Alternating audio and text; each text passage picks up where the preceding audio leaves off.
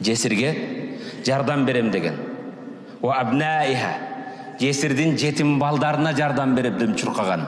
Ал-масакин, колунда жок бейбечарага жардам берем деп чуркагандар кал мужахид фи сабилилlah.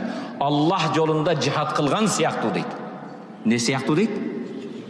Жихад деген динди коргоо үчүн кылыч менен жаныңды көрөөгө коюп газатка чыккан сыяктуу жетим менен жесирге жардам берем деп чуркап жүргөн адам экен. Ва касаимун нахар, ал эмес күндүз ораза кармаган алла юфтир, ооз ачпастан. Ва каимил лейл ва ла янам, түнү уктабастан кыямда туруп күндүз ораза кармап Аллах жолунда жихадта жүргөн сыяктуу экен. Biz жетимдерди эмне кылып атабыз? Жетим шариатта атасын жоготкон бала балагатка жеткенге чейин жетим болот. Энеси өлгөн жетим болбойт шариатта. Энеси өлгөндү латим дейт. Латим деген сөз өгөй энеден шапалак жегенди айтат. Же болбосо латим деген сөз араб тилинде эртерээк эненин эмчегинен ажыратылган төнүн баласын айтат. Энеси өлгөн жетим болбойт. Айвандарда энеси өлгөн жетим болот. İnsanlarda atası өлгөн жетим болот. Кээ бирлер айтат, менин жетим балам бар. Балагатка жеткенден жетим эмес.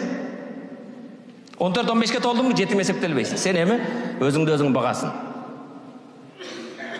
Бирок бизде кээде бала багам деп жүрүп кырсыздан каза болуп калды байкуш. Артында 4 жетим калды. Кээ бирлери Россиядан груз 200 болуп келди. Алда бала багам деп жүрүп каза болду. Бетте 5 жетими калды. Жетимдин туугандары эмне кылат? Келип балдай таттуу болгон жалган сөздөрдү айтат. Биз барбыз дейт. Белиң бекем байла дейт. Мына Айшаталар барып турат дейт. Байгелериң турат, тайгелериң турат дейт. Жетимдин эсебинен жылкы менен бодомалды союп салат. Жетимдин эсебинен шариатта жок. Жетилик кылат, кыркылык кылат, элгекилик кылат, жылдык кылат. Байкуш жетим мектепке бара элек мойнуга 2-3 жылкы 20-30 кой жүктөлөт. Башкалар жакшы кийинсе жетим кийимге жетпейт. Жетим билимге жетпейт. Жетим байкуш бир саан уйга жетпейт. Жетимдин курсагы эсенен курсак тойгозуп алып анан кана баягы мен бар дегендер.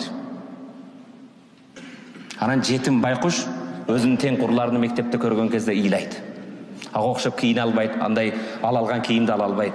Ал көтөргөн сумканы көтөрө албайт.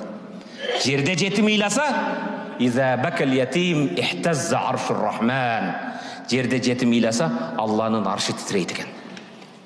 Аллах Таала: "Я Жабраил, мен абкал ятим." Жабраил, жетимди ким ыйлатты дейт экен. Жабраил, жерде жетимди ким ыйлатып жатат дейт. Хайрул буют индаллахи бейтун фихи ятимун мукрам. Эң жакшы үй мечит сыяктуу үй. Мечитке окшош периштелер рахмат жаадырган үй. Алланын рахматы жааган эң жакшы үй Евроремонт эмес. Италия стилинде, башка стилинде салынган эмес. Хайрул буют, үйлөрдүн эң жакшысы ятимун фи бейтун фихи ятимун мукрам. Кайсы үйдө бир жетим сый урмат көрсө дейт.